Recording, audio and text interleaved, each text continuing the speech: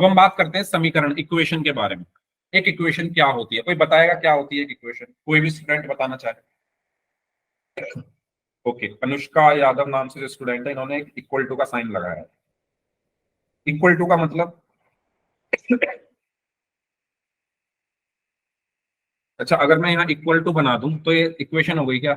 इसको इक्वेशन बोलूंगा क्या मैं? बताओ तो, पूरी डेफिनेशन बताओ, इक्वल टू का क्या मतलब हुआ? बताएगा कोई? माइक ऑन करके बताना चाहो तो बता सकते हो। आप सही बता रहे हो इक्वल टू, लेकिन इक्वल टू के दोनों तरफ भी तो कुछ आता होगा। तो एक इक्वेशन में तीन चीजें होती हैं। एक इक्वेशन में तीन चीजें होती है। कितनी चीजें होती है? तीन चीजें। एक तो आपने बता दिया, इक्वल टू। दो और बताओ। एक होता है एलएचएस और एक होता है आरएचएस। बायां पक्ष, एलएचएस को हम क्या बोलते हैं? बायां पक्ष। और आरएचएस को हम क्या बोलते हैं? दायां पक्ष। इन तीन चीजों से मिलकर एक समीकरण या एक इक्वेशन बनती है। ठीक है, इन तीन चीजों से मिलकर RHS is equal to zero. Zero कहां से आ गया भाई? मैंने क्या बोला? तीन चीजें होती है, जरूरी नहीं है जीरो ही हो, कुछ भी हो सकता है।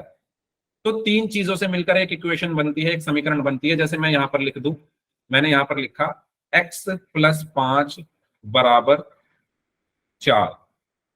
तो ये क्या है? एक इक्वेशन है, एक समीकरण है। क्यों? क्योंकि इसमें ये एलएचएस है, ये आरएचएस है, और ये बराबर का निशान है या इक्वल का साइन है। तो इन्हीं तीन चीजों की जरूरत होती है समीकरण में। क्या क्या? बायां पक्ष, दायां पक्ष और बराबर का चिन्ह। ठीक है, तो एक समीकरण तीन चीजों से मिलकर बनती है। तो यहां पर आप देख सकते हो, जैसे यहां पर ये लिखा हुआ है, तो इसमें देखो ये बराबर का चिन्ह, बायां पक्ष और दायां पक्ष। ठीक है, तो ये है एक समीकरण की पहचान। तो बताओ, अगर मैं खाली ऐसे लिख देता इसको, 3x+5 इक्वल टू, क्या ये इक्वेशन है? क्या ये समीकरण है? नो क्या ये सर। समीकरण है? नहीं है, क्योंकि इसमें नो सर। दायां पक्ष तो है ही नहीं। ठीक है, इसमें दायां पक्ष तो है ही नहीं। ऐसे मैंने लिख दिया इक्वल टू 5, तो क्या ये समीकरण है? नहीं है, क्योंकि इसमें बायां पक्ष नहीं है। मैंने लगा दिया खाली इक्वल, तो क्या ये समीकरण है? नहीं है, क्योंकि ना इसमें बायां पक्ष है ना इसमें दायां पक्ष है। मैंने लिख दिया 3x+5 और 5, क्या ये समीकरण है? नहीं है। तो बताने का मतलब क्या है कि समीकरण इन तीनों का कॉम्बिनेशन होता है। अगर इन तीनों में से एक भी चीज चली गई तो वो समीकरण नहीं रहेगी। ठीक है, देखो यहाँ पर बायां पक्ष, दायां पक्ष नहीं है, यहाँ पर बायां पक्ष नहीं है, यहाँ पर कुछ भी नहीं है, और यहाँ पर इक्वल टू नहीं है। तो एक समीकरण इन तीनों चीजों से मिलकर बनती है। तो फाइनली एक समीकरण को मैं किस तरीके से कह सकता हूं कि जिसमें बायां पक्ष हो, दायां पक्ष हो, इक्वल टू का साइन हो, तो वो एक समीकरण हो। क्लियर यहां तक सभी को? जल्दी बताओ, यस जल्दी सर। बताइए। ठीक है, चलो यस सर। अब हम बात करते हैं समीकरण के हल। पक्षांतरण विधि सबको आती है ये, ट्रांसपोज मेथड, पक्षांतरण विधि से समीकरण का हल। LHS is equal to RHS. हाँ जी, चलो करते हैं। तो सबसे पहले समीकरण के हल का मतलब क्या है? समीकरण के हल का मतलब होता है कि चर का ऐसा मान जिस जो समीकरण को संतुष्ट करे। समीकरण को संतुष्ट करने का मतलब ये है, हाँ, जो अभी आपने लिखा, एलएचएस बराबर आरएचएस। ठीक है, एग्जाम्पल से समझाता हूं। जैसे मैंने लिखा x+5 बराबर 7, और मैं कहूं इसका हल करो। मैं क्या कहूं? को हल करो। तो इसका मतलब क्या है? हल करो का मतलब ये है कि x का ऐसा मान निकालो। ठीक है, x का ऐसा मान निकालो जिसे रखने पर एलएचएस और आरएचएस बराबर आ जाए। समझ रहे हो? डेफिनेशन समझो। सॉल्यूशन ऑफ इक्वेशन या समीकरण के हल का मतलब क्या होता है? हाँ, मुझे पता है आप लोगों को आता है करना, आप लोग आंसर बता रहे हो, लेकिन अभी इस डेफिनेशन को समझने की बारी है। देखो, x का ऐसा मान जिसे रखने पर एलएचएस और आरएचएस बराबर आ जाए। तो मान लो मैं x की जगह 2 रख दूं, इस x की जगह मैंने 2 रख दिया, तो 2+5, तो 2 और 5 7 हो गए, और आरएचएस भी क्या है? 7 है। तो एलएचएस और आरएचएस बराबर आ गए। कब बराबर आए? जब मैंने x की जगह 2 रखा, जब मैंने x की जगह 2 रखा। तो इस समीकरण का हल क्या हुआ? x बराबर 2। डेफिनेशन का मतलब समझ में आया, चर का ऐसा मान जिसको रखने पर एलएचएस और आरएचएस बराबर आ जाए। जैसे मैंने एक्स की जगह जब यहां पर 2 रखा तो एलएचएस भी 7 आ गया, आरएचएस भी 7 था, तो इस समीकरण का हल क्या हुआ, एक्स बराबर 2। ठीक है, तो ये होता है समीकरण का हल। जैसे इसमें मान लो एक्स की जगह मैं 5 रख दूं तो 5 माइनस 5 0 हो गया। ठीक है, और आरएचएस भी 0 है, तो इस समीकरण का हल क्या हो गया, एक्स बराबर 5। मान लो मैं यहाँ वाई की जगह 8 रख दूं तो 8 प्लस 12 बराबर 20, तो एलएचएस और आरएचएस बराबर हो गया। कब बराबर हुआ, जब मैंने वाई की जगह 8 रखा, तो वाई, इस समीकरण का हल क्या हुआ, वाई बराबर 8। ठीक है, तो समीकरण के हल का मतलब ये होता है। अब बात आती है समीकरण को हल कैसे करते हैं। ठीक है, नेक्स्ट पॉइंट है, अच्छा ये बताओ, ये सबको डेफिनेशन क्लियर है, ये डेफिनेशन सबको क्लियर है, कोई डाउट हो तो पूछो इसमें। अगर सभी को क्लियर है तो जल्दी से वाई टाइप कर दी चैट बॉक्स में। ठीक है, अब हम बात करते हैं, अब हम बात करते हैं कि एक समीकरण को हल कैसे किया जाता है। ठीक है, तो समीकरण को हल करने के लिए एक सिंपल सा रूल है। अगर आप कोई संख्या प्लस की है, हाँ साइन चेंज, अगर कोई संख्या प्लस की है उसको उठाकर आप दूसरी तरफ लेकर जा रहे हो, दूसरी तरफ से मतलब ये है एक समीकरण में बराबर का निशान होगा। ठीक है, एक समीकरण में बराबर का निशान होगा, बराबर के निशान की तरफ कुछ लिखा होगा, इस तरफ कुछ लिखा होगा। तो मान लो इस तरफ प्लस का कुछ लिखा हुआ है, इस तरफ प्लस लिखा हुआ है, तो ये जब बराबर के दूसरी तरफ जाएगा तो दूसरी तरफ जाकर माइनस हो जाएगा। सिमिलरली जब ये माइनस बराबर के दूसरी तरफ जाएगा तो वो प्लस हो जाएगा। ये मुझे देखने से लग रहा है कि आप लोगों को ये चीजें आती है, लेकिन अगर किसी स्टूडेंट को नहीं आती तो प्लीज ध्यान से समझो। ओके, मैंने क्या बताया, एक समीकरण को हल कर रहे हैं तो समीकरण में बराबर का निशान तो होगा ही। अब बराबर के निशान के इस तरफ मान लो प्लस है, अगर वो उस तरफ जाएगा तो वो माइनस हो जाएगा। ठीक है, सिमिलरली अगर इस तरफ माइनस है तो इस तरफ आएगा तो वो प्लस हो जाएगा, यानी साइन चेंज हो जाते हैं, प्लस का माइनस, माइनस का प्लस। जब बराबर के दूसरी तरफ जाते हैं तो साइन चेंज हो जाते हैं, प्लस का माइनस हो जाता है और माइनस का प्लस हो जाता है।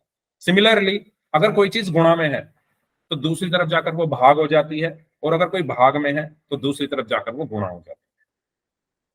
ठीक है, बराबर के निशान के इस तरफ अगर कोई चीज गुणा में है तो दूसरी तरफ जाकर भाग हो जाती है, और अगर कोई भाग में है तो इस तरफ आकर गुणा हो जाती है। भाई ईमानदारी से बताओ, सबको समझ आ गई ये चीज? जिनको आती है बहुत अच्छी बात है, जिनको नहीं आया समझ में, प्लीज जल्दी से माइक ऑन करके पूछ लो कि सर नहीं आया।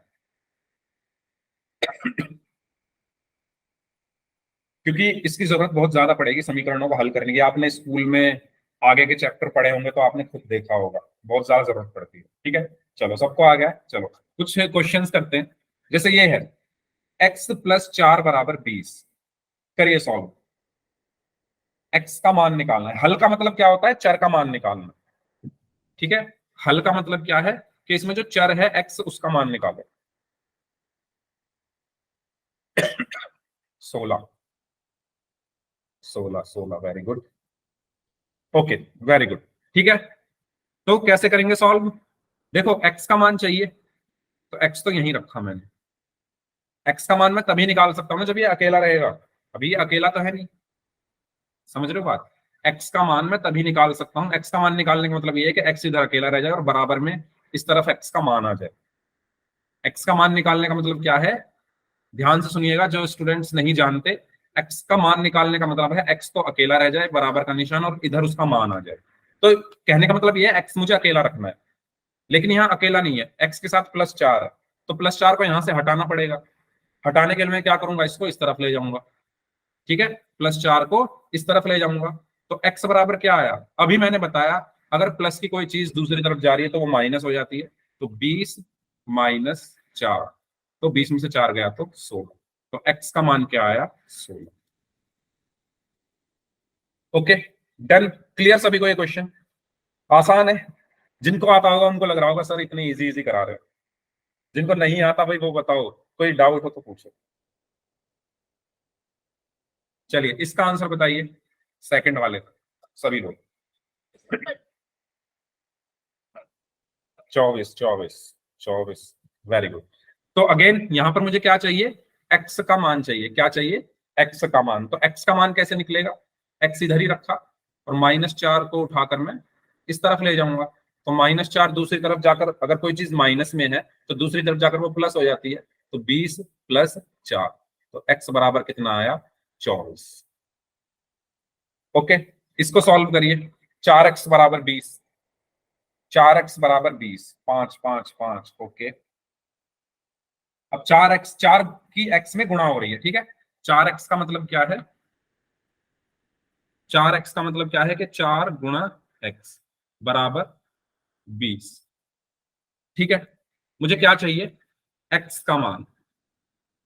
x यही रहा, 4 गुणा में है, तो मैंने बताया अगर कोई चीज गुणा में है तो दूसरी तरफ जाकर भाग हो जाती है, तो 20/4, तो ये कितना आया? 4 एकम 4, 4 पंजे 20, तो 5 आया। ओके, लास्ट वाले का बता दो। ओके, 80। वेरी गुड, ठीक है। तो अगेन यहां पर x/4 यानी 4 भाग हो रहा है, तो भाग है तो दूसरी तरफ जाकर गुणा में हो जाएगा, 20/4। मैंने बताया ना, अगर कोई चीज भाग हो रही है तो बराबर के दूसरी तरफ जाकर गुणा हो जाती है, तो x बराबर क्या आ गया? 80। तो ये इजी इजी से क्वेश्चन थे, यहाँ पर बस आपको पक्षांतरण करना बताया गया है कि अगर कोई चीज प्लस की है, जैसे +4, तो दूसरी तरफ जाकर वो माइनस की हो जाती है, ठीक है। जैसे यहाँ पर 4 माइनस में है तो दूसरी तरफ जाकर वो प्लस का हो गया। यहाँ पर 4 गुणा हो रहा है तो दूसरी तरफ जाकर वो भाग हो गया। यहाँ पर भाग हो रहा है तो दूसरी तरफ जाकर वो गुणा हो गया। कोई डाउट हो इसमें तो पूछ लीजिए, और अगर सभी को क्लियर है तो जल्दी से चैट बॉक्स में बाय टाइप कर दीजिए, बताइए। ठीक है, चलो। अच्छा, एक चीज और आपको बतानी है, चलो क्वेश्चन की हेल्प से ही बता देंगे उसको भी।